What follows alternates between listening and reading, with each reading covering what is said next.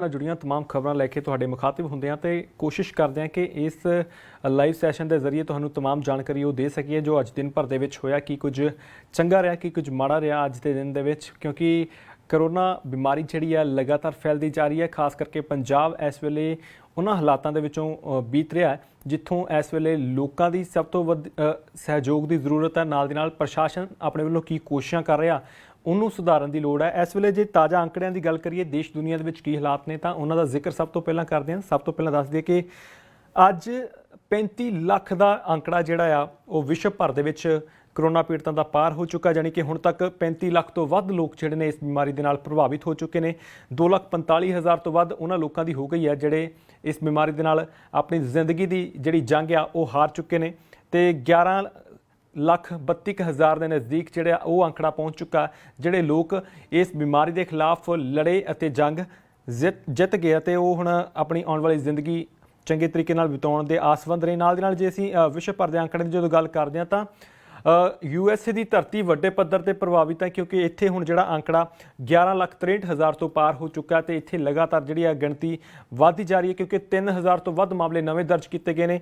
67,000 ਤੋਂ ਵੱਧ ਕਰੀਬ 67,500 ਤੋਂ ਵੱਧ ਇੱਥੇ ਮੌਤਾਂ ਦੀ ਗਿਣਤੀ ਆ ਉਹ ਦਰਜ ਕੀਤੀ ਜਾ ਚੁੱਕੀ ਹੈ। 1,73,000 ਤੋਂ ਵੱਧ ਲੋਕ ਇੱਥੇ ਠੀਕ ਵੀ ਹੋਏ ਨੇ। ਸਪੇਨ ਦੀ ਗੱਲ ਕਰੀਏ 2,47,000 ਤੋਂ ਵੱਧ ਮਾਮਲਾ ਹੁਣ ਤੱਕ ਜਿਹੜੇ ਦਰਜ ਕੀਤੇ ਜਾ ਚੁੱਕੇ ਨੇ। 25,000 ਤੋਂ ਵੱਧ ਮੌਤਾਂ ਦਰਜ ਕੀਤੀਆਂ ਜਾ ਚੁੱਕੀਆਂ ਨੇ ਤੇ ਜੇ ਰਿਕਵਰੀ ਦੀ ਗੱਲ ਕਰੀਏ ਤਾਂ 1,48,000 ਤੋਂ ਵੱਧ ਲੋਕ ਇੱਥੇ ਰਿਕਵਰ ਵੀ ਕੀਤੇ ਨੇ। ਇਟਲੀ ਦੀ ਗੱਲ ਕਰੀਏ ਇਟਲੀ 2,09,000 ਤੋਂ ਪਾਰ ਚਲੇ ਗਿਆ।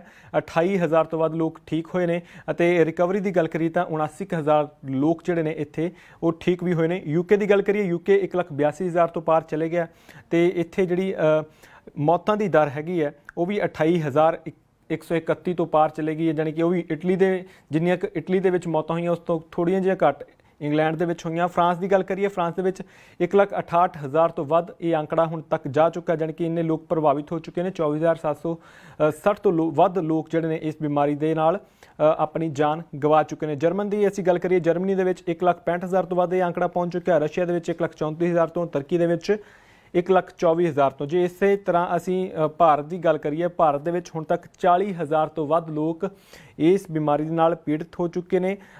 1,323 ਲੋਕ ਹੁਣ ਤੱਕ ਜਾਨ ਗਵਾ ਚੁੱਕੇ ਨੇ ਤੇ ਨਵੀਆਂ 83 ਮੌਤਾਂ ਇੱਕੋ ਦਿਨ ਦੇ ਵਿੱਚ ਦਰਜ ਕੀਤੀਆਂ ਗਈਆਂ ਨੇ, ਜੋ ਕਿ ਚਿੰਤਾ ਦਾ ਵਿਸ਼ਾ ਕਿ ਭਾਰਤ ਦੇ ਵਿੱਚ ਇਸ ਵੇਲੇ ਹਾਲਾਤ ਜਿਹੜੇ ਬਣਦੇ ਜਾ ਰਹੇ ਨੇ ਉਹ ਕਾਫੀ ਨਾਸਾਜ਼ ਨੇ। 10,886 ਲੋਕ ਇਸ ਬਿਮਾਰੀ ਤੋਂ ਠੀਕ ਵੀ ਹੋਏ ਨੇ। ਕਰੀਬ 28,000 ਤੋਂ ਵੱਧ ਲੋਕ ਇਸ ਵੇਲੇ ਭਾਰਤ ਦੇ ਵਿੱਚ ਇਹ ਲੜਾਈ ਜਿਹੜੀ ਹੈ ਕਰੋਨਾ ਵਾਇਰਸ ਦੇ ਖਿਲਾਫ ਜ਼ਿੰਦਗੀ ਮੌਤ ਦੀ ਲੜ ਰਹੇ ਨੇ ਕਿਉਂਕਿ ਹਾਲਾਤ ਕਾਫੀ ਨਾਜ਼ੁਕ ਨੇ। ਹਾਲੇ ਤੱਕ ਕੋਈ ਵੈਕਸੀਨ ਤਿਆਰ ਨਹੀਂ ਹੋਈ, ਲਗਾਤਾਰ ਦਾਅਵੇ ਹੋ ਰਹੇ ਨੇ ਪਰ ਹਾਲੇ ਤੱਕ ਕੋਈ ਯਕੀਨੀ ਹੱਲ ਨਹੀਂ ਮਿਲ ਸਕਿਆ। ਪੰਜਾਬ ਦੀ ਗੱਲ ਕਰੀਏ ਪੰਜਾਬ ਦੇ ਵਿੱਚ ਅੱਜ ਚਿੰਤਾ ਬੇਹੱਦ ਵੱਡੇ ਪੱਧਰ ਤੇ ਕਰਨੀ ਬਣਦੀ ਹੈ ਕਿਉਂਕਿ ਪੰਜਾਬ ਦੇ ਵਿੱਚ ਹੁਣ ਜਿਹੜੀ ਲਗਾਤਾਰ ਇਸ ਬਿਮਾਰੀ ਦੀ ਮਾਰ ਆ ਵੱਧਦੀ ਜਾ ਰਹੀ ਹੈ। ਅੱਜ 4 ਨਵੀਆਂ ਮੌਤਾਂ ਵੀ ਦਰਜ ਕੀਤੀਆਂ ਗਈਆਂ ਤੇ 300 ਤੋਂ ਵੱਧ ਕਰੀਬ 357 ਤੋਂ ਵੀ ਜ਼ਿਆਦਾ ਮਾਮਲੇ ਲਗਭਗ ਪੌਣੇ 400 ਦੇ ਨਜ਼ਦੀਕ ਆਪਾਂ ਕਹਿ ਸਕਦੇ ਹਾਂ ਹਲੇ ਅੰਕੜੇ ਹੋਰ ਆਈ ਜਾ ਰਹੇ ਨੇ ਲਗਾਤਾਰ ਕਿਉਂਕਿ ਵੱਖ-ਵੱਖ ਥਾਵਾਂ ਤੋਂ ਲਗਾਤਾਰ ਅਪਡੇਟ ਆ ਰਹੀ ਹੈ।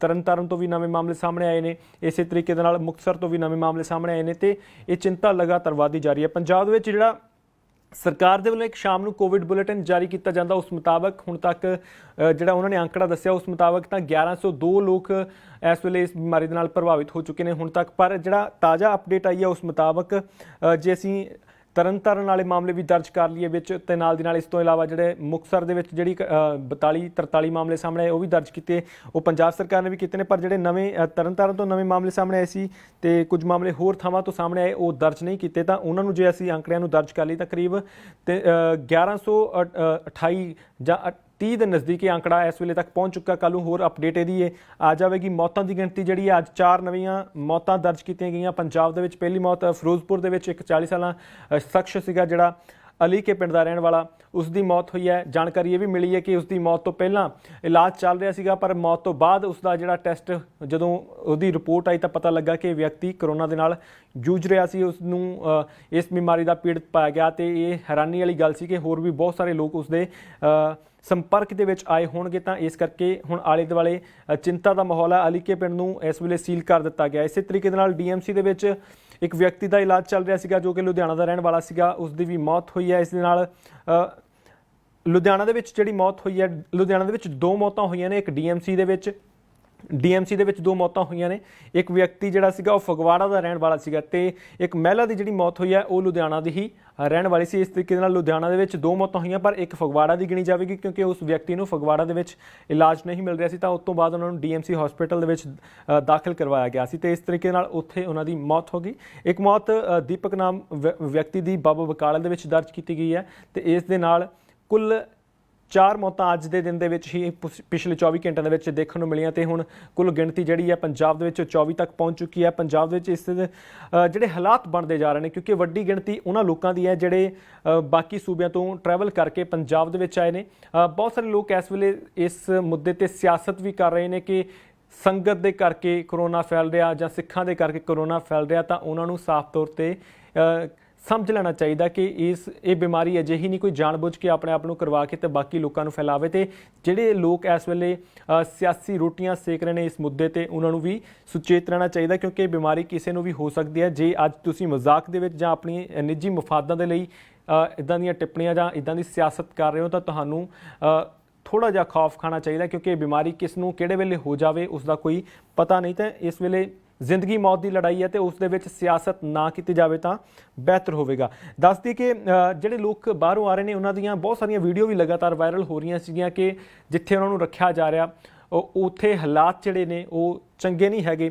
ਅਸੀਂ ਵੀ ਕੋਸ਼ਿਸ਼ ਕਰ ਰਹੇ ਹਾਂ ਕੁਝ ਲੋਕਾਂ ਦੇ ਨਾਲ ਰਾਬਤਾ ਕਰਨ ਦੀ ਕਿਉਂਕਿ ਅਜਿਹੀਆਂ ਖਬਰਾਂ ਵੀ ਸਾਹਮਣੇ ਆ ਰਹੀਆਂ ਨੇ ਕਿ ਕੁਝ ਥਾਵਾਂ ਤੋਂ ਰਾਤ ਦੇ ਸਮੇਂ ਲੋਕਾਂ ਨੂੰ ਚੁੱਕ ਲਿਆ ਗਿਆ ਤੇ ਉਹਨਾਂ ਦੇ ਮਾਤਾ ਪਿਤਾ ਇੱਕ ਬੱਚਾ ਹੁਣ ਕੁਝ ਬੱਚੇ ਜਿਹੜੇ ਨੇ ਉਹਨਾਂ ਦੇ ਮਾਤਾ ਪਿਤਾ ਨੂੰ ਲੈ ਗਏ ਤਾਂ ਹੁਣ ਉਹ ਬੱਚੇ ਪਿੱਛੋਂ ਬਿਲਕ ਰਹੇ ਨੇ ਤੇ ਉਹਨਾਂ ਦੀ ਕੋਈ ਸਾਰ ਲੈਣ ਵਾਲਾ ਨਹੀਂ ਹੈਗਾ ਤੇ ਇਦਾਂ ਦੇ ਹਾਲਾਤ ਵੀ ਕਈ ਥਾਵਾਂ ਤੋਂ ਸਾਹਮਣੇ ਆ ਰਹੇ ਨੇ। ਪੰਜਾਬ ਦੇ ਵਿੱਚ ਜਿਹੜੀ ਪੰਜਾਬ ਦੇ ਸਿਹਤ ਮੰਤਰੀ ਨੇ ਉਹਨਾਂ ਨੇ ਵੀ ਇਹ ਗੱਲ ਮੰਨੀ ਹੈ ਕਿ ਬਹੁਤ ਸਾਰੀਆਂ ਜਿਹੜੀਆਂ ਇਕਾਂਤਵਾਸ ਦੇ ਲਈ ਥਾਂ ਰੱਖੀਆਂ ਗਈਆਂ ਨੇ ਉੱਥੇ ਪ੍ਰਬੰਧ ਵਧੀਆ ਨਹੀਂ ਹੈਗੇ, ਮੁਕੰਮਲ ਨਹੀਂ ਹੈਗੇ, ਜਿਸ ਕਰਕੇ ਉਹਨਾਂ ਨੇ ਮੁਆਫੀ ਮੰਗੀ ਹੈ ਆਪਣੀ ਸੰਗਤ ਤੋਂ ਕਿ ਅਸੀਂ ਕੋਸ਼ਿਸ਼ ਕਰ ਰਹੇ ਹਾਂ ਤੇ ਨਾਲ ਦੇ ਨਾਲ ਇਹ ਵੀ ਉਹਨਾਂ ਨੇ ਗੱਲ ਆਖੀ ਹੈ ਕਿ ਜਿਹੜੇ ਲੋਕ ਵੱਡੇ ਪੱਧਰ ਤੇ ਆਏ ਨੇ ਬਾਹਰੋਂ ਉਹਨਾਂ ਦੇ ਵਿੱਚੋਂ ਜਿਨ੍ਹਾਂ ਦੀਆਂ ਰਿਪੋਰਟਾਂ ਨੈਗੇਟਿਵ ਆਈਆਂ ਨੇ ਉਹਨਾਂ ਨੂੰ ਉਹਨਾਂ ਦੇ ਘਰਾਂ ਦੇ ਵਿੱਚ ਹੀ ਇਕਾਂਤਵਾਸ ਦੇ ਵਿੱਚ ਰੱਖਣ ਦੀ ਆਗਿਆ ਹੁਣ ਦਿੱਤੀ ਜਾਵੇਗੀ ਤਾਂ ਜੋ ਮਾਹੌਲ ਜਿਹੜਾ ਤਣਾਅਪੂਰਨ ਬਣਦਾ ਜਾ ਰਿਹਾ ਉਹ ਤਣਾਅਪੂਰਨ ਨਾ ਬਣੇ। ਇਸ ਮੁੱਦੇ ਤੇ ਅਕਾਲੀ ਦਲ ਦੇ ਵੱਲੋਂ ਵੀ ਲਗਾਤਾਰ ਪੰਜਾਬ ਸਰਕਾਰ ਤੇ ਨਿਸ਼ਾਨੇ ਸਾਧੇ ਜਾ ਰਹੇ ਨੇ। ਉਹਨਾਂ ਦਾ ਸਾਫ਼ ਤੌਰ ਤੇ ਕਹਿਣਾ ਕਿ ਪੰਜਾਬ ਸਰਕਾਰ ਨੇ ਪਹਿਲੀ ਗਲਤੀ ਇਹਨਾਂ ਸੰਗਤਾਂ ਨੂੰ ਏਸੀ ਬੱਸਾਂ ਦੇ ਵਿੱਚ ਲਿਆ ਕੇ ਕੀਤੀ ਜਿਹਦੇ ਵਿੱਚ 21 ਡਿਗਰੀ ਤੱਕ ਤਾਪਮਾਨ ਰੱਖਿਆ ਗਿਆ ਸੀਗਾ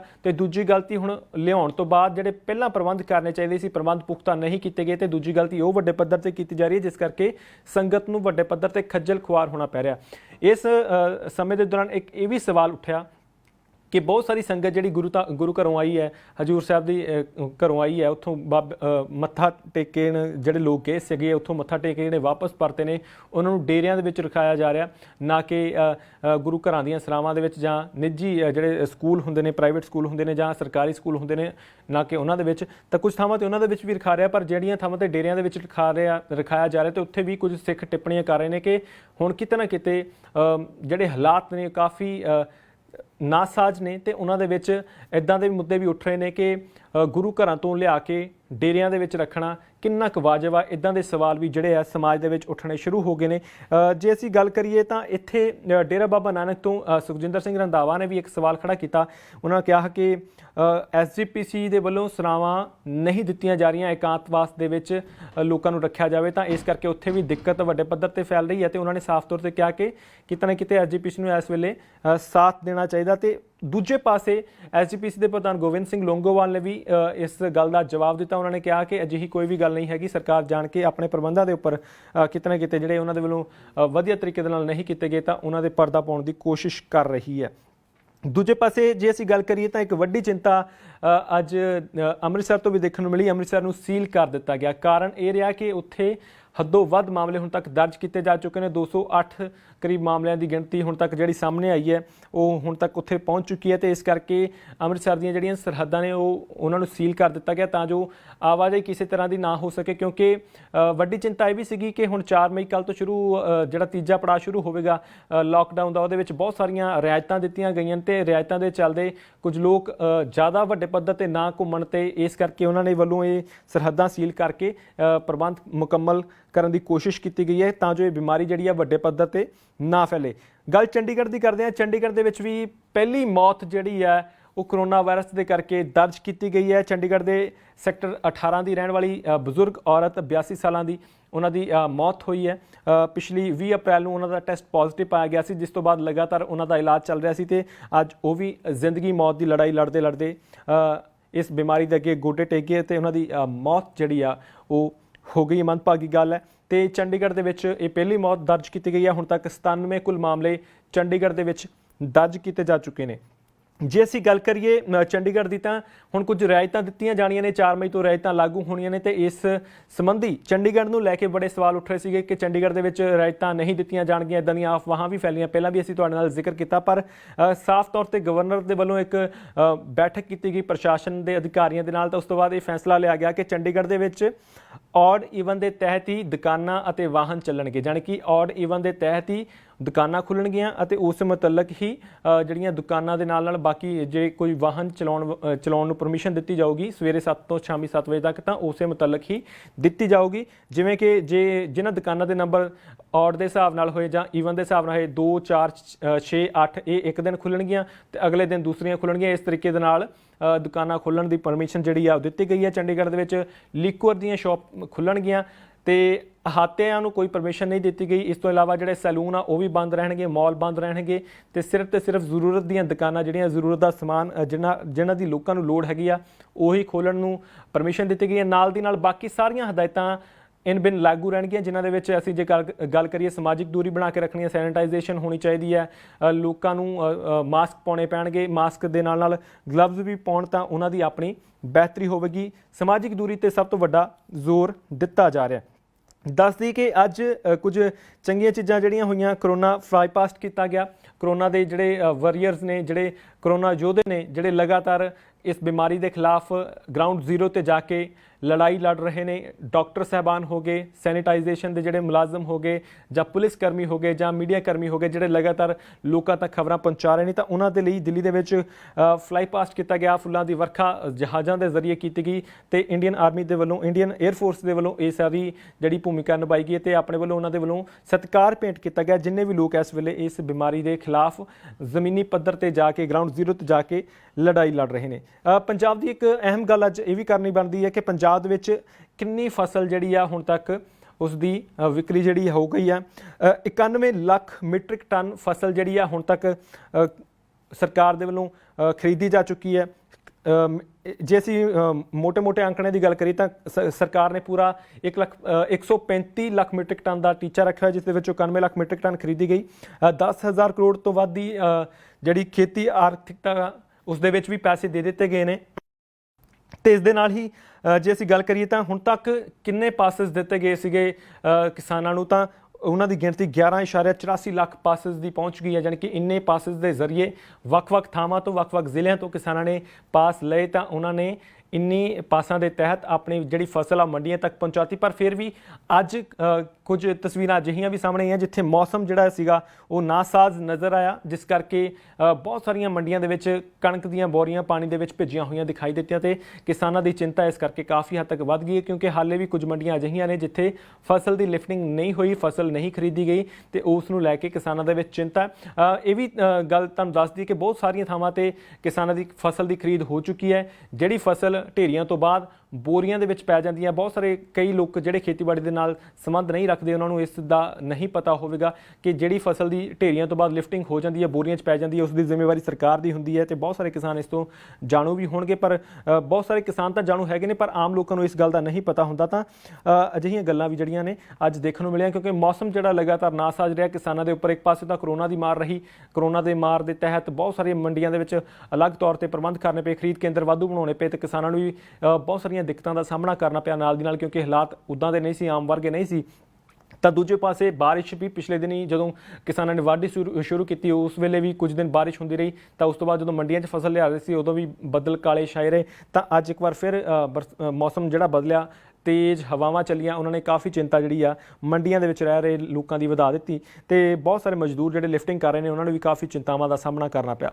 ਜੇ ਅਸੀਂ ਪੰਜਾਬ ਦੇ ਨਾਲ ਇੱਕ ਅਖੀਰ ਦੇ ਵਿੱਚ ਹਾਰਡ ਇਮਿਊਨਿਟੀ ਜਿਹੜੀ ਇੱਕ ਸੰਸਥਾ ਉਹਨਾਂ ਦੇ ਵੱਲੋਂ ਇੱਕ ਖੋਜ ਨੂੰ ਲੈ ਕੇ ਕੁਝ ਗੱਲਾਂ ਕਹੀਆਂ ਗਈਆਂ, ਉਹਨਾਂ ਦਾ ਅਖੀਰ ਦੇ ਵਿੱਚ ਜ਼ਿਕਰ ਕਰਾਂਗੇ। ਤੇ ਪਰ ਉਸ ਤੋਂ ਪਹਿਲਾਂ ਇੱਕ ਨਜ਼ਰ ਅੱਜ ਪੰਜਾਬ ਦੇ ਵਿੱਚ ਕਿੱਥੋਂ ਮਾਮਲੇ ਸਾਹਮਣੇ ਆਏ ਉਹ ਵੀ ਤੁਹਾਨੂੰ ਦੱਸ ਦਈਏ। ਪਟਿਆਲਾ ਦੇ ਵਿੱਚ ਇੱਕ ਮਾਮਲਾ ਦਰਜ ਕੀਤਾ ਗਿਆ, ਲੁਧਿਆਣਾ ਦੇ ਵਿੱਚ 16 ਮਾਮਲੇ ਦਰਜ ਕੀਤੇ ਗਏ, SAS ਨਗਰ ਦੇ ਵਿੱਚ 2 ਮਾਮਲੇ ਦੱਸੇ ਜਾ ਰਹੇ ਨੇ, ਹੁਸ਼ਿਆਰਪੁਰ ਦੇ ਵਿੱਚ 46, ਮਾਨਸਾ ਦੇ ਵਿੱਚ 3, ਬਰਨਾਲਾ ਦੇ ਵਿੱਚ 2, ਸੰਗਰੂਰ ਦੇ ਵਿੱਚ 4, ਅੰਮ੍ਰਿਤਸਰ ਦੇ ਵਿੱਚ 75 ਮਾਮਲੇ ਦਰਜ ਕੀਤੇ ਗਏ, SBS ਨਗਰ ਦੇ ਵਿੱਚ 62 ਮਾਮਲੇ ਦਰਜ ਕੀਤੇ ਗਏ, ਗੁਰਦਾਸਪੁਰ ਦੇ ਵਿੱਚ 24, ਜਲੰਧਰ ਦੇ ਵਿੱਚ 4 ਮਾਮਲੇ ਦਰਜ ਹੋਏ। ਇਸੇ ਤਰੀਕੇ ਨਾਲ ਬਠਿੰਡਾ ਦੇ ਵਿੱਚ 33, ਫਿਰੋਜ਼ਪੁਰ ਦੇ ਵਿੱਚ 2, ਰੋਪੜ ਦੇ ਵਿੱਚ 9, ਫਤਿਹਗੜ੍ਹ ਸਾਹਿਬ ਦੇ ਵਿੱਚ 4, ਮੁਕਤਸਰ ਦੇ ਵਿੱਚ 43, ਲੁਧਿਆਣਾ ਦੇ ਵਿੱਚ 1, ਤਰਨਤਾਰਨ ਦੇ ਵਿੱਚ ਵੀ ਮਾਮਲੇ ਜਿਹੜੇ ਨੇ ਕਰੀਬ 26 ਮਾਮਲੇ ਉੱਥੇ ਨੇ, 43 ਮਾਮਲੇ ਉੱਥੇ ਆਏ ਨੇ। ਇਸੇ ਤਰੀਕੇ ਨਾਲ ਫਤਿਹਗੜ੍ਹ ਸਾਹਿਬ ਦੀ ਵੀ ਅਸੀਂ ਤੁਹਾਡੇ ਨਾਲ ਜ਼ਿਕਰ ਕਰਤਾ। ਸੋ ਤਮਾਮ ਖਬਰਾਂ ਜਿਹੜੀਆਂ ਤਮਾਮ ਅਪਡੇਟ ਤੁਹਾਡੇ ਨਾਲ ਸਾਂਝੀ ਕਰ ਰਹੇ ਹਾਂ। ਇਸ ਦੇ ਨਾਲ ਹੀ ਤੁਹਾਨੂੰ ਦੱਸ ਦਈਏ ਕਿ ਕੁਝ ਮਾਮਲੇ ਜਿਹੜੇ ਨੇ ਲਗਾਤਾਰ ਅਸੀਂ ਜੇ ਜ਼ਿਕਰ ਕਰਦੇ ਜਾਈਏ ਤਾਂ ਕੁਝ ਮਾਮਲੇ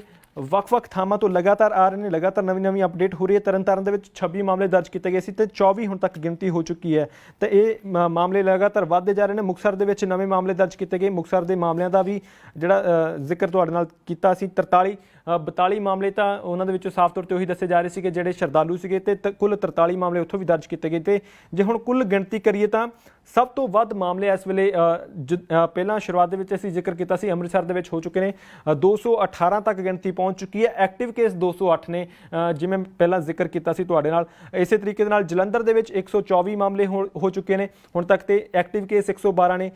ਲੁਧਿਆਣਾ ਦੇ ਵਿੱਚ 111 ਮਾਮਲੇ ਹੁਣ ਤੱਕ ਦਰਜ ਕੀਤੇ ਜਾ ਚੁੱਕੇ ਨੇ, ਐਕਟਿਵ ਕੇਸ 101 ਨੇ। SAS ਨਗਰ ਦੇ ਵਿੱਚ ਹੁਣ ਤੱਕ 95 ਮਾਮਲੇ ਦਰਜ ਕੀਤੇ ਜਾ ਚੁੱਕੇ ਨੇ ਤੇ ਹੁਣ ਐਕਟਿਵ ਕੇਸ 57 ਨੇ। ਹੁਸ਼ਿਆਰਪੁਰ ਦੇ ਵਿੱਚ 88 ਦਰਜ ਹੋਏ ਨੇ, ਹੁਣ ਐਕਟਿਵ ਕੇਸ 81 ਨੇ, ਜਾਣੀ ਕਿ ਬਾਕੀ ਲੋਕ ਜਿਹੜੇ ਨੇ ਉਹਨਾਂ ਦੇ ਵਿੱਚੋਂ ਕੁਝ ਦੀ ਮੌਤ ਹੋ ਚੁੱਕੀ ਹੈ ਜਾਂ ਕੁਝ ਠੀਕ ਹੋ ਚੁੱਕੇ ਨੇ। ਹੁਸ਼ਿਆਰਪੁਰ ਦੇ ਵਿੱਚ 88 ਮਾਮਲੇ, ਪਟਿਆਲਾ ਦੇ ਵਿੱਚ 86 ਮਾਮਲੇ ਹੁਣ ਤੱਕ ਦਰਜ ਕੀਤੇ ਜਾ ਚੁੱਕੇ ਨੇ, 80 ਐਕਟਿਵ ਨੇ। SBS ਨਗਰ ਦੇ ਵਿੱਚ 85 ਤੇ ਇਸੇ ਤਰੀਕੇ ਦੇ ਨਾਲ 66 ਐਕਟਿਵ ਨੇ। ਮੁਕਤਸਰ ਦੇ ਵਿੱਚ 50 ਮਾਮਲੇ ਹੋ ਚੁੱਕੇ ਨੇ, ਬਠਿੰਡਾ ਦੇ ਵਿੱਚ 35, ਗੁਰਦਾਸਪੁਰ ਦੇ ਵਿੱਚ 30, ਫਿਰੋਜ਼ਪੁਰ ਦੇ ਵਿੱਚ 29, ਮੋਗਾ ਦੇ ਵਿੱਚ 28, ਪਠਾਨਕੋਟ ਦੇ ਵਿੱਚ 25। ਇਸੇ ਤਰੀਕੇ ਨਾਲ ਇਹ ਗਿਣਤੀ ਜਿਹੜੀ ਹੈ ਲਗਾਤਾਰ ਵਧਦੀ ਜਾ ਰਹੀ ਹੈ ਤੇ ਗਿਣਤੀ ਦੇ ਉੱਪਰ ਕਾਬੂ ਪਾਉਣ ਦੀਆਂ ਸਰਕਾਰ ਦੀਆਂ ਕੋਸ਼ਿਸ਼ਾਂ ਤੇ ਵੀ ਸਵਾਲ ਲਗਾਤਾਰ ਉੱਠ ਰਹੇ ਨੇ। ਫਿਲਹਾਲ ਦੇਖਣਾ ਹੋਵੇਗਾ ਕਿ ਕਦੋਂ ਇਹ ਬਿਮਾਰੀ ਜਿਹੜੀ ਹੈ ਕਾਬੂ ਆਉਂਦੀ ਹੈ। ਪਰ ਇੱਕ ਵੱਡੀ ਰਿਸਰਚ ਜਿਹੜੀ ਹੈ ਹਾਰਡ ਇਮਿਊਨਿਟੀ ਵੱਲੋਂ ਕੀਤੀ ਗਈ ਹੈ, ਉਹਨਾਂ ਨੇ ਸਾਫ਼ ਤੌਰ ਤੇ ਕਿਹਾ ਕਿ COVID-19 ਦੇ ਨਾਲ ਜਾਂ ਤਾਂ 70% ਲੋਕ ਪ੍ਰਭਾਵਿਤ ਹੋ ਜਾਣਗੇ ਤੇ ਉਸ ਤੋਂ ਬਾਅਦ ਆਪਣੇ ਆਪ ਇਮਿਊਨਿਟੀ ਦੇ ਵਿੱਚ ਉਹਨਾਂ ਦੇ ਵਿੱਚ ਪਾਵਰ ਆਵੇਗੀ, ਤਾਕਤ ਆਵੇਗੀ ਕਿ ਉਹ ਇਸ ਬਿਮਾਰੀ ਦੇ ਨਾਲ ਆਪਣੀ ਬਾਡੀ ਦੇ ਵਿੱਚ ਐਂਟੀਬਾਇਓਟਿਕ ਬਣਾ ਲਵੇ ਉਹਨਾਂ ਦੀ ਬਾਡੀ, ਜਾਂ ਉਸ ਸਮਰੱਥ ਹੋ ਜਾਵੇ 70% ਤੱਕ ਆਬਾਦੀ ਜਦੋਂ ਤੱਕ ਪ੍ਰਭਾਵਿਤ ਹੋ ਜਾਵੇਗੀ, ਜਾਂ ਫਿਰ ਸਮਾਂ ਰਹਿੰਦੇ ਹੋਏ ਇਸ ਦਾ ਕੋਈ ਵੈਕਸੀਨ ਕੱਢ ਲਿਆ ਜਾਵੇ ਤਾਂ ਵਧੀਆ ਹੋਵੇਗਾ। ਨਹੀਂ ਤਾਂ 70% ਤੱਕ ਆਬਾਦੀ ਦੁਨੀਆ ਦੀ ਜਿਹੜੀ ਆ ਉਹ ਇਸ ਬਿਮਾਰੀ ਦੇ ਨਾਲ ਪ੍ਰਭਾਵਿਤ ਹੋ ਸਕਦੀ ਹੈ। 2 ਸਾਲ ਦਾ ਸਮਾਂ ਲੱਗ ਸਕਦਾ ਇਸ ਰਿਸਰਚ ਦੇ ਕਹਿਣ ਮੁਤਾਬਕ। ਹਾਲੇ ਤੱਕ ਅਸੀਂ ਕੋਈ ਵੀ ਪੁਸ਼ਟੀ ਨਹੀਂ ਕਰਦੇ, ਪਰ ਇਹ ਹਾਰਡ ਇਮਿਊਨਿਟੀ ਜਿਹੜੀ ਹੈ ਤੁਸੀਂ ਗੂਗਲ ਤੇ ਸਰਚ ਕਰਕੇ ਇਸ ਬਾਰੇ ਪੜ੍ਹ ਸਕਦੇ ਹੋ। ਇਹਨਾਂ ਨੇ ਕੀ ਹੋਰ ਅੰਕੜੇ ਪੇਸ਼ ਕੀਤੇ ਨੇ, ਮੈਂ ਤੁਹਾਡੇ ਨਾਲ ਸਿਰਫ ਟਿੱਪਣੀਆਂ ਦੇ ਵਿੱਚ ਕੁਝ ਮੋਟੀ ਜਾਣਕਾਰੀ ਸਾਂਝੀ ਕਰਾਂਗਾ। ਉਹਨਾਂ ਨੇ ਇਹ ਵੀ ਕਿਹਾ ਕਿ ਇਹ ਦੂਜਾ ਦੌਰ ਸ਼ੁਰੂ ਹੋਣ ਵਾਲਾ ਇਸ ਬਿਮਾਰੀ ਦਾ ਤੇ ਉਹ ਬੇਹੱਦ ਘਾਤਕ ਹੋ ਸਕਦਾ। ਇਸ ਕਰਕੇ ਲੋਕਾਂ ਦਾ ਫਰਜ਼ ਬਣਦਾ ਹੈ ਕਿ ਆਪਣੀ ਜ਼ਿੰਮੇਵਾਰੀ ਸਮਝੋ, ਸੜਕਾਂ ਤੇ ਨਾ ਨਿਕਲੋ। ਕਿਉਂਕਿ ਅੱਜ ਜੇ ਅਸੀਂ ਗੱਲ ਕਰੀਏ ਲੁਧਿਆਣਾ ਤੋਂ ਬਹੁਤ ਸਾਰੀਆਂ ਤਸਵੀਰਾਂ ਇੱਦਾਂ ਦੀਆਂ ਸਾਹਮਣੇ ਆਈਆਂ ਸੀਗੀਆਂ ਜਿੱਥੇ ਵੱਡੀ ਗਿਣਤੀ ਦੇ ਵਿੱਚ ਮਜ਼ਦੂਰ ਜਿਹੜੇ ਨੇ, ਕਿਉਂਕਿ ਸਰਕਾਰ ਨੇ ਕਹਿ ਦਿੱਤਾ ਸੀਗਾ, ਕੇਂਦਰ ਸਰਕਾਰ ਨੇ, ਕਿ ਜਿਹੜੇ ਸੂਬਿਆਂ ਦੇ ਲੋਕ ਨੇ ਉਹਨਾਂ ਨੂੰ ਉਹਨਾਂ ਦੇ ਸੂਬਿਆਂ ਦੇ ਵਿੱਚ ਪਹੁੰਚਾਉਣ ਦੀ ਕੋਸ਼ਿਸ਼ ਕੀਤੀ ਜਾਵੇ। ਇਸ ਬਾਬਤ ਪੰਜਾਬ ਦੇ ਮੁੱਖ ਮੰਤਰੀ ਕੈਪਟਨ ਅਮਰਿੰਦਰ ਸਿੰਘ ਨੇ ਸਪੈਸ਼ਲ ਰੇਲਾਂ ਚਲਾਉਣ ਦੀ ਮੰਗ ਕੀਤੀ ਗਈ ਸੀ ਤਾਂ ਜੋ ਉਹਨਾਂ ਨੂੰ ਰੇਲਾਂ ਦੇ ਜ਼ਰੀਏ ਭੇਜਿਆ ਜਾਵੇ, ਤਾਂ ਇਸ ਦੀ ਪਰਮਿਸ਼ਨ ਵੀ ਮਿਲ ਗਈ ਸੀ। ਤੇ ਉਸ ਤੋਂ ਬਾਅਦ ਸਰਕਾਰ ਨੇ ਕਿਹਾ ਸੀਗਾ ਕਿ ਆਪਣੀ ਨਾਮ ਦਰਜ ਕਰਵਾ ਦਿਓ ਜਿਨ੍ਹਾਂ ਨੇ ਵਾਪਸੀ ਕਰਨੀ ਹੈ। ਤਾਂ ਕਰੀਬ 6.5 ਲੱਖ ਪ੍ਰਵਾਸੀ ਮਜ਼ਦੂਰਾਂ ਨੇ ਆਪਣੇ ਨਾਮ ਦਰਜ ਕਰਵਾਏ ਨੇ। ਹੁਣ ਉਹਨਾਂ ਨੂੰ ਭੇਜਣ ਦੀ ਵਾਪਸੀ ਕਿਵੇਂ ਹੋਣੀ ਹੈ, ਕਿਵੇਂ ਟ੍ਰੇਨਾਂ ਦੇ ਜ਼ਰੀਏ ਉਹਨਾਂ ਦੀ ਵਾਪਸੀ ਹੋਵੇਗੀ, ਉੱਥੇ ਕਿਵੇਂ ਸੋਸ਼ਲ ਡਿਸਟੈਂਸ ਨੂੰ ਮੇਨਟੇਨ ਕਰਕੇ ਰੱਖਣਾ, ਤਾਂ ਇਹ ਸਰਕਾਰ ਦੇ ਲਈ ਵੱਡੀ ਦਿੱਕਤ ਹੋ ਸਕਦੀ ਹੈ। ਕਿਵੇਂ ਇਸ ਦੇ ਪ੍ਰਬੰਧ ਕਰਨੇ ਨੇ, ਇਸ ਬਾਬਤ ਵੀ ਸਰਕਾਰ ਨੂੰ ਸੋਚਣਾ ਪਵੇਗਾ। ਸੋ ਤਮਾਮ ਖਬਰਾਂ ਤੁਹਾਡੇ ਨਾਲ ਸਾਂਝੀਆਂ ਕੀਤੀਆਂ, ਵੱਖ-ਵੱਖ ਥਾਵਾਂ ਤੇ ਕੀ ਹਾਲਾਤ ਨੇ, ਘਰਾਂ ਦੇ ਵਿੱਚ ਇਕਾਂਤਵਾਸ ਕਰਨ ਦੀਆਂ ਹੁਣ ਗੱਲਾਂ ਪੰਜਾਬ ਸਰਕਾਰ ਕਰ ਰਹੀ ਹੈ। ਕਿਤੇ ਨਾ ਕਿਤੇ ਸੁਵਿਧਾਵਾਂ ਦੇ ਵਿੱਚ ਘਾਟ ਮਹਿਸੂਸ ਕੀਤੀ ਗਈ ਹੈ। ਮੌਤ ਦਾ ਅੰਕੜਾ ਲਗਾਤਾਰ ਵੱਧਦਾ ਜਾ ਰਿਹਾ। ਹੁਣ ਵੱਖ-ਵੱਖ ਥਾਵਾਂ ਤੋਂ ਦੇਸ਼ ਦੁਨੀਆ ਦੀ ਅਸੀਂ ਗੱਲ ਕਰ ਲਈਏ ਤਾਂ ਕਾਫੀ ਹਾਲਾਤ ਨਾਜ਼ੁਕ ਨੇ। ਇਸੇ ਤਰੀਕੇ ਦੇ ਨਾਲ ਵੱਖ-ਵੱਖ ਸਰਕਾਰਾਂ ਆਪਣੇ ਪੱਧਰ ਤੇ ਕੋਸ਼ਿਸ਼ ਕਰ ਰਹੀਆਂ ਨੇ, ਪਰ ਸਭ ਤੋਂ ਵੱਡੀ ਜ਼ਿੰਮੇਵਾਰੀ ਆਮ ਨਾਗਰਿਕ ਦੀ ਵੀ ਇਸ ਵੇਲੇ ਬੇਹੱਦ ਲਾਕਡਾਊਨ ਦੇ ਕਰਕੇ, ਪਹਿਲਾਂ ਦੇ ਇਦਾਂ ਦੇ ਹਾਲਾਤ ਨਾ ਦਿਖਣ ਕਰਕੇ ਤਾਂ ਲੋਕੀ ਘਰਾਂ ਦੇ ਵਿੱਚ ਰਹਿਣ ਦੇ ਲਈ ਬੇਵਸ ਨੇ। ਤੇ ਬਹੁਤ ਸਾਰੇ ਦਰਸ਼ਕ ਸਾਡੇ ਹਮੇਸ਼ਾ ਸਰੋਤੇ ਇਸ ਵੇਲੇ ਜਦੋਂ ਅਸੀਂ ਲਾਈਵ ਤੁਹਾਡੇ ਨਾਲ ਰਾਬਤਾ ਕਰਦੇ ਹਾਂ, ਬਹੁਤ ਸਾਰੇ ਲੋਕ ਜੁੜਦੇ ਨੇ, ਆਪਣੇ ਆਪਣੇ ਕਮੈਂਟ ਸਾਡੇ ਨਾਲ ਸਾਂਝੇ ਕਰਦੇ ਨੇ, ਆਪਣੇ ਹਲਕੇ ਦਾ ਜਿਹੜਾ ਹਾਲ ਆ ਉਹ ਵੀ ਸਾਂਝਾ ਕਰਦੇ ਨੇ। ਅਸੀਂ ਤਮਾਮ ਦਰਸ਼ਕਾਂ ਸਰੋਤਿਆਂ ਦਾ ਬਹੁਤ ਬਹੁਤ ਧੰਨਵਾਦ ਕਰਦੇ ਹਾਂ, ਸ਼ੁਕਰਗੁਜ਼ਾਰ ਹੈਗੇ ਆ ਤੁਹਾਡੇ ਕਿ ਤੁਸੀਂ ਆਪਣੇ ਕੀਮਤੀ ਸਮੇਂ ਦੇ ਵਿੱਚੋਂ ਸਮਾਂ ਕੱਢ ਕੇ ਸਾਡੇ ਨਾਲ ਆਪਣੇ ਕਮੈਂਟ, ਆਪਣੀਆਂ ਟਿੱਪਣੀਆਂ ਸਾਂਝੀਆਂ ਕਰਦੇ ਹੋ। ਅਸੀਂ ਹਮੇਸ਼ਾ ਤੁਹਾਡੇ ਟਿੱਪਣੀਆਂ ਦੇ ਵੱਲ ਧਿਆਨ ਦਿੰਦੇ ਹਾਂ ਕਿ ਤੁਸੀਂ ਕੀ ਜਾਣਕਾਰੀ ਸਾਡੇ ਨਾਲ ਸਾਂਝੀ ਕਰਦੇ ਹਾਂ। ਜੇ ਸਾਨੂੰ ਲੱਗਦਾ ਕਿ ਅਸੀਂ ਕਿਸੇ ਦੇ ਨਾਲ ਰਾਬਤਾ ਕਾਇਮ ਕਰਨਾ ਤਾਂ ਅਸੀਂ ਉਹ ਵੀ ਕੋਸ਼ਿਸ਼ ਕਰਦੇ ਹਾਂ। ਤੇ ਉਮੀਦ ਕਰਦੇ ਹਾਂ ਕਿ ਤੁਸੀਂ ਸਰਕਾਰ ਦੀਆਂ ਹਦਾਇਤਾਂ ਮੰਨ ਰਹੇ ਹੋਵੋਗੇ, ਘਰਾਂ ਦੇ ਵਿੱਚ ਰਹਿ ਕੇ ਆਪਣੇ ਪਰਿਵਾਰ ਦੇ ਨਾਲ ਸਮਾਂ ਬਿਤਾ ਰਹੇ ਹੋਵੋਗੇ ਤੇ ਨਾਲ ਦੀ ਨਾਲ ਸੁੱਖ ਸਹੂਲਤਾਂ ਜਿਹੜੀਆਂ ਘਰ ਦੇ ਵਿੱਚ ਹੁੰਦੀਆਂ ਨੇ। ਅਕਸਰ ਅਸੀਂ ਕਹਿੰਦੇ ਹਾਂ ਕਿ ਮਨੁੱਖ ਸਾਰੀ ਜ਼ਿੰਦਗੀ ਕੀ ਕਰਦਾ, ਪੈਸੇ ਇਕੱਠੇ ਕਰਕੇ ਘਰ ਬਣਾਉਣ ਤੇ ਲਾ ਦਿੰਦਾ, ਪਰ ਅਖੀਰ ਦੇ ਵਿੱਚ ਜਦੋਂ ਉਹਨੂੰ ਘਰ ਰਹਿਣ ਦਾ ਮੌਕਾ ਮਿਲ ਰਿਹਾ ਤੇ ਇਸ ਵੇਲੇ ਉਹ ਘਰ ਦੇ ਵਿੱਚ ਆਪਣੇ ਆਪ ਨੂੰ ਇੱਦਾਂ ਮਹਿਸੂਸ ਕਰ ਰਿਹਾ ਕਿ ਉਹ ਕਿਤੇ ਕੈਦਖਾਨੇ ਦੇ ਵਿੱਚ ਹੈ। ਪਰ ਬਹੁਤ ਸਾਰੀਆਂ ਜਿਹੜੀਆਂ ਸੋਸ਼ਲ ਮੀਡੀਆ 'ਤੇ ਇੱਦਾਂ ਦੀਆਂ ਵੀਡੀਓ ਵੀ ਵਾਇਰਲ ਹੋ ਰਹੀਆਂ ਜਾਂ ਤਸਵੀਰਾਂ ਵੀ ਵਾਇਰਲ ਹੋ ਰਹੀਆਂ ਜਿੱਥੇ ਕੁਝ ਲੋਕ ਆਪਣੇ ਘਰ ਦੇ ਵਿੱਚ ਰਹਿਣ ਦਾ ਜਿਹੜਾ ਮੌਕਾ ਹੈ ਉਸ ਨੂੰ ਬਖੂਬੀ ਮਾਣ ਵੀ ਰਹੇ ਨੇ। ਕੈਦ ਅਤੇ ਘਰ ਦੇ ਵਿੱਚ ਬਹੁਤ ਸਾਰਾ ਅੰਤਰ ਹੁੰਦਾ, ਬਹੁਤ ਸਾਰੀਆਂ ਦੂਰੀਆਂ ਜਿਹੜੀਆਂ ਹੁੰਦੀਆਂ ਨੇ। ਘਰ ਦੇ ਵਿੱਚ ਬੰਦਾ ਆਪਣੇ ਪਰਿਵਾਰ ਦੇ ਨਾਲ ਖੁੱਲ੍ਹਾ ਡੁੱਲਾ ਰਹਿ ਸਕਦਾ, ਕੈਦ ਦੇ ਵਿੱਚ ਅਜਿਹੇ ਸੁੱਖ ਸਹੂਲਤਾਂ ਨਹੀਂ ਹੁੰਦੀਆਂ। ਘਰ ਦੇ ਵਿੱਚ ਬੰਦਾ ਨਵੇਂ ਖਾਣੇ, ਨਵੀਆਂ ਚੀਜ਼ਾਂ, ਨਵੀਆਂ ਗੱਲਾਂ ਟਰਾਈ ਕਰ ਸਕਦਾ, ਬਹੁਤ ਸਾਰੀਆਂ ਚੀਜ਼ਾਂ ਘਰ ਦੇ ਵਿੱਚ ਰਹਿ ਕੇ ਸਿੱਖ ਸਕਦਾ, ਇੰਟਰਨੈਟ ਐਕਸੈਸ ਕਰ ਸਕਦਾ, ਫੋਨ ਕਰ ਸਕਦਾ, ਆਪਣੇ ਦੋਸਤਾਂ ਮਿੱਤਰਾਂ ਨੂੰ, ਆਪਣੇ ਪਰਿਵਾਰ ਦੇ ਨਾਲ ਦੁੱਖ ਸਾਂਝੇ ਕਰ ਸਕਦਾ। ਪਰ ਕੈਦ ਦੇ ਵਿੱਚ ਇਹ ਸਹੂਲਤਾਂ ਨਹੀਂ ਹੁੰਦੀਆਂ। ਨਵੇਂ ਕੱਪੜੇ ਪਾ ਸਕਦਾ, ਬਹੁਤ ਸਾਰੀਆਂ ਚੀਜ਼ਾਂ ਜਿਹੜੀਆਂ ਨੇ ਘਰਾਂ ਦੇ ਵਿੱਚ ਰਹਿ ਕੇ ਬੰਦਾ ਕਰ ਸਕਦਾ, ਪਰ ਕੈਦ ਦੇ ਵਿੱਚ ਉਹ ਚੀਜ਼ਾਂ ਨਹੀਂ ਹੁੰਦੀਆਂ। ਅਕਸਰ ਅਸੀਂ ਆਪਣੇ ਘਰ ਬਣਾ ਕੇ ਉਹਨਾਂ ਦੇ ਬਾਹਰ ਵੱਡੇ ਪੱਧਰ ਤੇ ਗੋਤ ਦੇ ਨਾਲ ਆਪਾਂ ਲਿਖਦੇ ਹਾਂ ਕਿ ਸਾਡਾ ਆਲਾ ਘਰ ਹੈ, ਦਿਸ ਵਿਲਾ, ਸੁਖ ਵਿਲਾਸ ਜਾਂ ਇੱਦਾਂ ਦੀਆਂ ਬਹੁਤ ਸਾਰੀਆਂ ਗੱਲਾਂ ਜਿਹੜੀਆਂ ਨੇ। ਹੁਣ ਬਹੁਤ ਸਾਰੇ ਦਰਸ਼ਕ ਮੈਂ ਗੱਲ ਆਖ ਦਿੱਤੀ ਹੈ ਤਾਂ ਉਹਨਾਂ ਨੂੰ ਇਸ ਗੱਲ 'ਤੇ ਵੀ ਕੁਝ ਨਾ ਕੁਝ ਗੱਲ ਜ਼ਰੂਰ ਕੱਢ ਲੈਣਗੇ। ਪਰ ਬਹੁਤ ਸਾਰੀਆਂ ਚੀਜ਼ਾਂ ਜਿਹੜੀਆਂ ਨੇ ਅਸੀਂ ਘਰਾਂ ਦੇ ਬਾਹਰ ਲਿਖਦੇ ਹਾਂ, ਸਵੀਟ ਹੋਮ ਵੀ ਲਿਖਦੇ ਹਾਂ, ਹੈਵਨ ਵੀ ਲਿਖਦੇ ਹਾਂ, ਬਹੁਤ ਸਾਰੀਆਂ ਜਿਨ੍ਹਾਂ ਦਾ ਜਿਵੇਂ ਦਿਲ ਕਰਦਾ ਉਵੇਂ ਉਹ ਲਿਖਦੇ ਆ। ਸਵਰਗ ਵੀ ਲਿਖਦੇ ਆ ਕਈ ਲੋਕ ਘਰਾਂ ਦੇ ਬਾਹਰ, ਆਪਣੀ ਗੋਤ ਲਿਖਦੇ ਆ, ਪਰਿਵਾਰ ਦਾ ਨਾਂ ਲਿਖਦੇ ਆ ਤੇ ਫਾਰਮ ਲਿਖਦੇ, ਬਹੁਤ ਸਾਰੀਆਂ ਚੀਜ਼ਾਂ ਲਿਖਦੇ ਨੇ। ਪਰ ਹੁਣ ਜੇ ਤੁਹਾਨੂੰ ਉਹਨਾਂ ਦੇ ਘਰਾਂ ਦੇ ਵਿੱਚ ਰਹਿਣ ਦਾ ਮੌਕਾ ਮਿਲਿਆ ਤਾਂ ਮੈਨੂੰ ਲੱਗਦਾ ਕਿ ਵਧੀਆ ਤਰੀਕੇ ਦੇ ਨਾਲ ਰਹਿ ਕੇ ਸਰਕਾਰ ਦੀਆਂ ਹਦਾਇਤਾਂ ਦਾ ਪਾਲਣ ਕਰਕੇ ਸ਼ੁਕਰਗੁਜ਼ਾਰ ਹੋਣਾ ਚਾਹੀਦਾ ਰੱਬ ਦੇ ਕਿ ਤੁਹਾਨੂੰ ਘਰਾਂ ਦੇ ਵਿੱਚ ਰਹਿਣ ਦਾ ਮੌਕਾ ਵੀ ਮਿਲ ਗਿਆ। ਨਹੀਂ ਤਾਂ ਜ਼ਿੰਦਗੀ ਬਹੁਤ ਤੇਜ਼ ਹੋ ਚੁੱਕੀ ਸੀ ਤੇ ਸਾਨੂੰ ਘਰਾਂ ਦੇ ਵਿੱਚ ਰਹਿਣ ਦਾ, ਪਰਿਵਾਰਾਂ ਦੇ ਨਾਲ ਆਨੰਦ ਮਾਣਨ ਦਾ ਮੌਕਾ ਨਹੀਂ ਮਿਲ ਰਿਹਾ ਸੀਗਾ। ਹਾਲੇ ਵੀ ਬਹੁਤ ਸਾਰੇ ਲੋਕ ਨੇ, ਡਾਕਟਰ ਸਾਹਿਬਾਨ ਹੋ ਗਏ, ਪੁਲਿਸ ਕਰਮੀ ਹੋ ਗਏ, ਮੀਡੀਆ ਕਰਮੀ ਹੋ ਗਏ, ਸਾਨੂੰ ਹਾਲੇ ਵੀ ਘਰਾਂ ਦੇ ਵਿੱਚ ਜਾਣ ਦਾ ਮੌਕਾ ਨਹੀਂ ਮਿਲ ਰਿਹਾ ਕਿਉਂਕਿ ਤੁਹਾਡੇ ਤੱਕ ਖਬਰਾਂ ਪਹੁੰਚਾਉਣੀਆਂ ਹੁੰਦੀਆਂ ਨੇ ਤੇ ਇਸ ਕਰਕੇ ਸਾਡੀ ਵੀ ਜ਼ਿੰਮੇਵਾਰੀ ਲੱਗੀ ਹੋਈ ਹੈ। ਤੇ ਅਸੀਂ ਕੋਸ਼ਿਸ਼ ਕਰਦੇ ਹਾਂ ਕਿ ਜਿੰਨੇ ਵੀ ਲੋਕ ਇਸ ਵੇਲੇ ਘਰਾਂ ਦੇ ਵਿੱਚ ਨੇ ਸੁਰੱਖਿਅਤ ਰਹੋ ਤੇ ਸਰਕਾਰ ਦੀਆਂ ਹਦਾਇਤਾਂ ਦਾ ਪਾਲਣ ਕਰੋ ਤਾਂ ਜੋ ਇਸ ਬਿਮਾਰੀ ਦੇ ਖਿਲਾਫ ਜਿਹੜੀ ਜੰਗ ਲੜ ਰਹੇ ਹਾਂ ਅਸੀਂ ਉਸ ਨੂੰ ਜ਼ਰੂਰ ਜਿੱਤ ਸਕੀਏ। ਫਿਲਹਾਲ ਤੁਹਾਡੇ ਤੋਂ ਆਗਿਆ ਲਵਾਂਗੇ, ਫਿਰ ਹਾਜ਼ਰ ਹੋਵਾਂਗੇ ਪੰਜਾਬ ਦੇਸ਼ ਦੁਨੀਆ ਨਾਲ ਜੁੜੀ ਹੋਰ ਤਾਜ਼ਾ ਅਪਡੇਟ ਲੈ ਕੇ। ਤਦ ਤੱਕ ਲਈ ਬਹੁਤ ਬਹੁਤ ਧੰਨਵਾਦ।